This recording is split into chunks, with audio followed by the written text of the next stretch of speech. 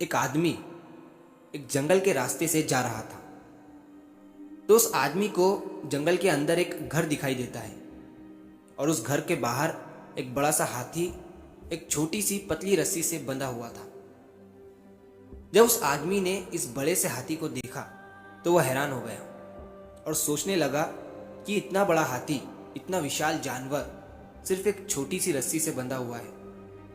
यह हाथी चाहे तो इस रस्सी को कभी भी तोड़कर यहाँ से भाग सकता है और आज़ाद हो सकता है, लेकिन यह हाथी ऐसा कर क्यों नहीं रहा है? तो उस हाथी को देखते हुए इस आदमी के दिमाग में कई सारे सवाल आ रहे थे।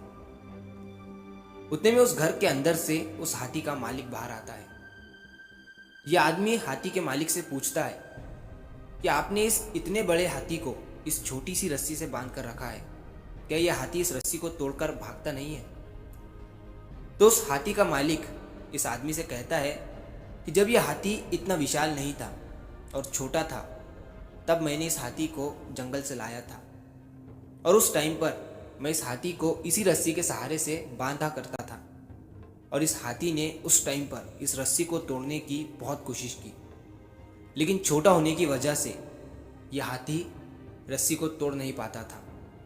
इसने उस टाइम पर भागने की बहुत कोशिश की, लेकिन इस रस्सी ने उसे रोक रखा था।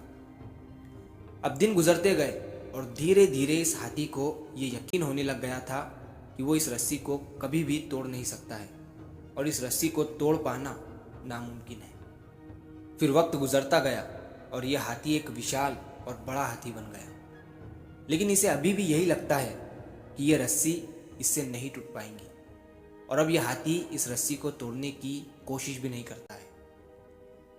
ये बात सुनने के बाद वो आदमी मन ही मन मुस्कुराते हुए सोच रहा था कि यह हाथी अगर एक बार कोशिश कर ले तो इसे ये पता चलेगा कि इस रस्सी को तोड़ पाना अब इसके लिए कितना आसान हो गया है।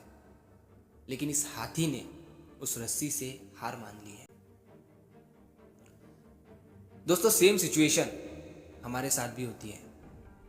हम भी यही सोचकर ज़िंदगी गुजार देते हैं कि मैंने कुछ समय पहले किसी काम को करने की कोशिश की थी, लेकिन मैं उसमें नाकाम हो गया था।